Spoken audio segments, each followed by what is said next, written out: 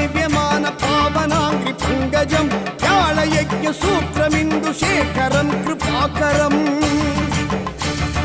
Devaraja సేవ్యమాన పావనాంగ్రి పంకజం వ్యాళయజ్ఞ సూత్రమిందు Shekharam కృపాకరం నారదాది యోగి బృంద వందితం Digambaram కాశికాపురాదినాద కాలం.